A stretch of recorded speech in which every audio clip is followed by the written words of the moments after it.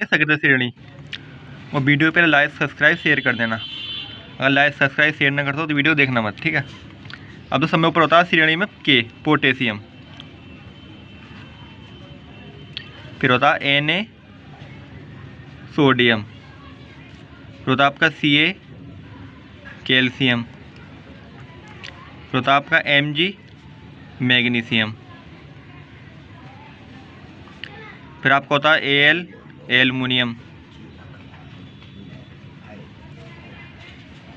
फिर होता है आपका Zn, जिंक। फिर होता है आपका Fe, आयरन यानी लोहा। फिर होता है आपका Pb, लेड यानी सीसा। फिर होता है आपका H, हाइड्रोजन।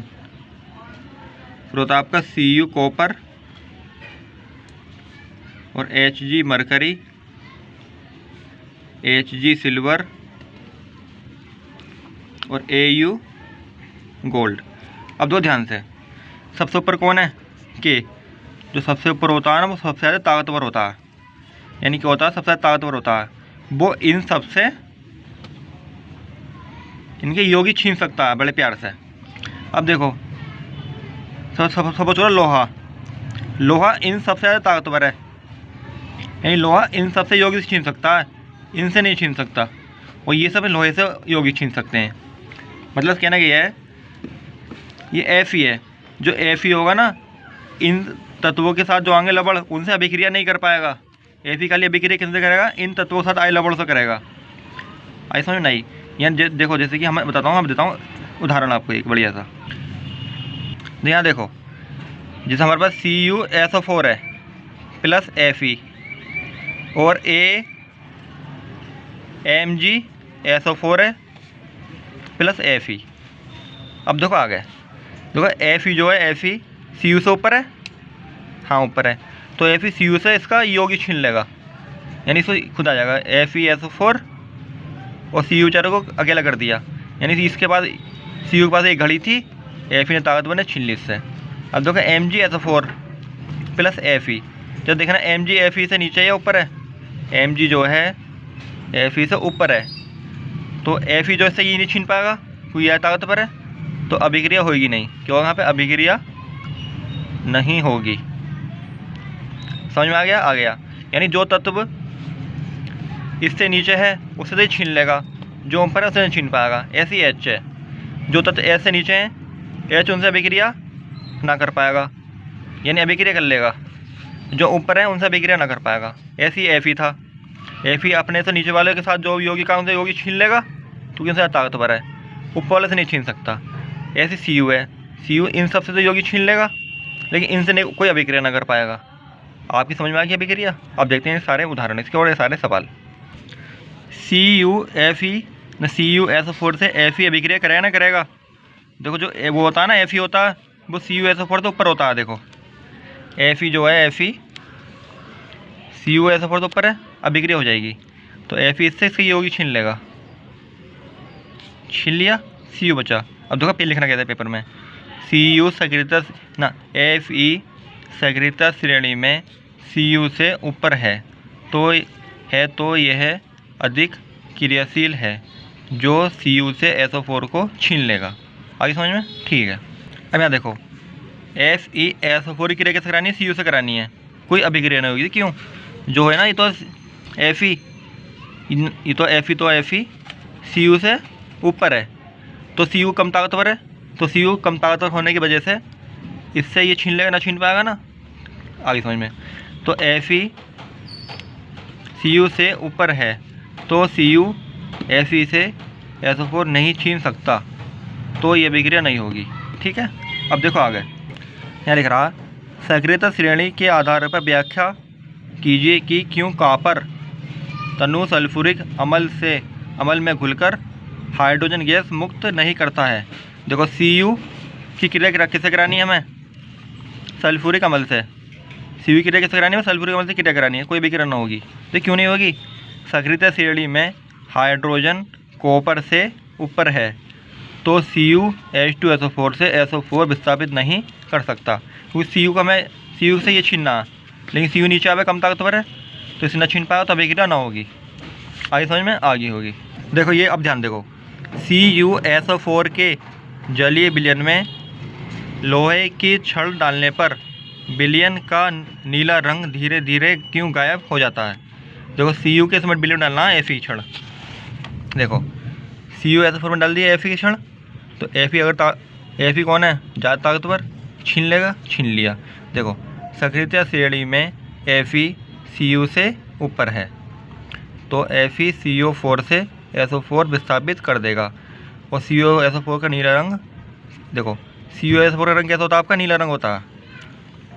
जब उन्हें उससे ये विस्थापित कर दिया तो खाली Cu बचा, ये तो ख़त्म हो गया। जब ये ख़त्म हो जाएगा तो धीरे धीरे नीला रंग भी ख़त्म होता चला जाएगा। विस्थापित Cu बचता है तो नीला रंग भी धीरे धीरे गायब हो जाता है। आगे समझ में आ गई होगी। यानी जो ये रंग होता है नीला, इसका होता है जब ये यहाँ बनाई ना हट गया, जब ये इसने छीन लिया ने Fe ने, तब ये खर्चा ये नीला रंग होता है, तो धीरे धीरे नीला रंग गायब हो जाएगा। ठीक है। CuSO4 के विलयन में चांदी का तार डुबोया जाता है तथा देखो एक तो हमारे पास CuSO4 का विलयन है, इसमें कौन तार डाल रहे हैं हम, चांदी तार डाल रहे हैं, तथा एक दूसरे विलयन में तांबे का तार AgNO3 की विलयन में डाला जाता है। यानी CuSO4 विलयन में क्या डाल रहे हैं हम, चांदी का तार, और AgNO3 विलयन में क्या डाल रहे हैं हम, तांबे का तार, तांबा यानी कॉपर का तार। अब देखो जब हम CuSO4 के विलयन में डालेंगे चांदी का तार, तो CuSO4 विलयन में क्या डाल दिया मैंने, चांदी तार डाल दिया, चांदी का हो Ag, ठीक है, चांदी तार डाल दिया मैंने।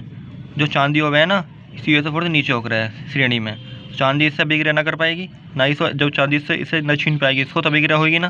तो Ag सक्रियता श्रेणी में Cu से नीचे है, तो यह CuSO4 से SO4 विस्थापित नहीं कर सकता, तो अभिक्रिया ना होगी।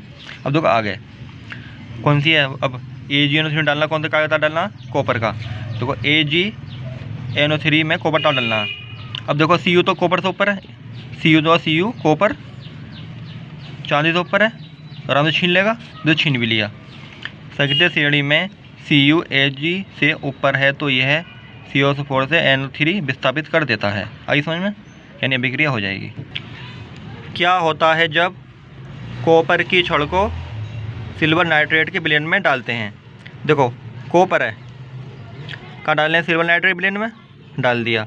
कॉपर जो है सिल्वर से ऊपर है, तो इसे छीन लेगा, जो छीन भी लिया, प्लस Ag। देखो जो होता है ना नॉर्मल होता है Cu, ये तो नीला नहीं होता, और Cu कोई होता है ना, Cu का कोई यौगिक होता है, यानी CuSO4 हो गया, CuNO3 का होल ट्वाइस हो गया। जो ये चीज़ होती है ना ये नीली होती हैं, इस मतलब क्या विलयन में नीले रंग द्वारा से आ जाएगा, जाहिर सी बात है विलयन में द्वारा रंग नीले रंग द्वारा आ जाएगा ना, आ जाएगा।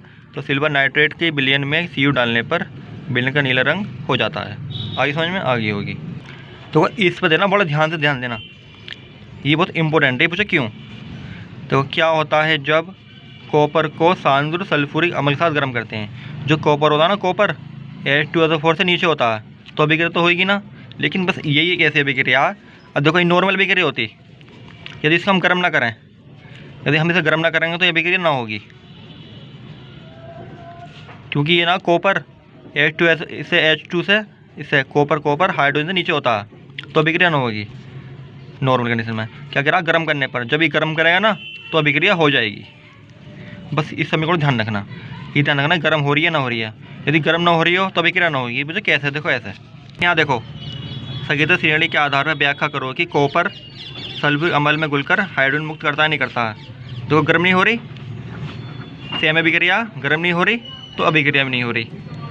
कॉपर तो नीचे आ गया हाइड्रोजन से, अभिक्रिया ना होगी। लेकिन वहाँ पर क्या कह रहा है, वो गर्म की वाली बात बोल दी उन्होंने, क्या बात बोल दी वहाँ पर उन्होंने, गर्म की बात बोल दी। देखो यहाँ क्या कह रहा, गर्म किया जाता है, जब गर्म करेंगे तो अभिक्रिया हो जाएगी। बस ये एक ध्यान रखना समीकरण, बस इसको रट लेना बुरी तरह, पेपर में आपको कंफ्यूज करेगा। गर्म लिखेगा और ना भी लिख सके, ना लिखा तो अभिक्रिया ना होगी, और लिख दे तो अभिक्रिया हो जाएगी। ठीक है, ये हमारी समझ में आ गया होगा अच्छी तरह। क्या कारण है कि मैग्नीशियम व जिंक अम्लों से हाइड्रोजन विस्थापित करते हैं। अब देखो अम्ल क्या होते हैं आपके, जैसे HCl हो गया, H2SO4 हो गया, यानी इसमें भी H आ रहा, इसमें भी H आ रहा।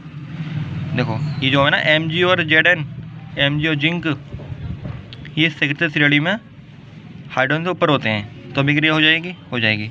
जो अभिक्रिया हो जाएगी तो आराम से हाइड्रोजन मुक्त कर देंगे। जो आपका होता है ना कॉपर और सिल्वर, ये सक्रिय श्रेणी में ना H से, यानी अम्ल होते हैं, अम्ल में H होता है H+, ये H से नीचे होते हैं। जो नीचे होंगे तो अभिक्रिया ना हो पाएगी, तो अभिक्रिया न होगी तो फिर वो विस्थापित भी नहीं कर पाएंगे। लीद नहीं ये बात। संकीर्ण श्रेणी में मैग्नीशियम और जिंक अम्लों से ऊपर होते हैं तो अभिक्रिया हो जाएगी तो हाइड्रोजन विस्थापित कर देंगे। कॉपर और सिल्वर अम्ल से नीचे होते हैं तो ये अभिक्रिया नहीं कर पाएंगे तो आपका हाइड्रोजन विस्थापित नहीं हो पाएगी। ठीक है, ये बात लिख देना पेपर में खुद आपने। आपका कंप्लीट हो गया सवाल। ठीक है।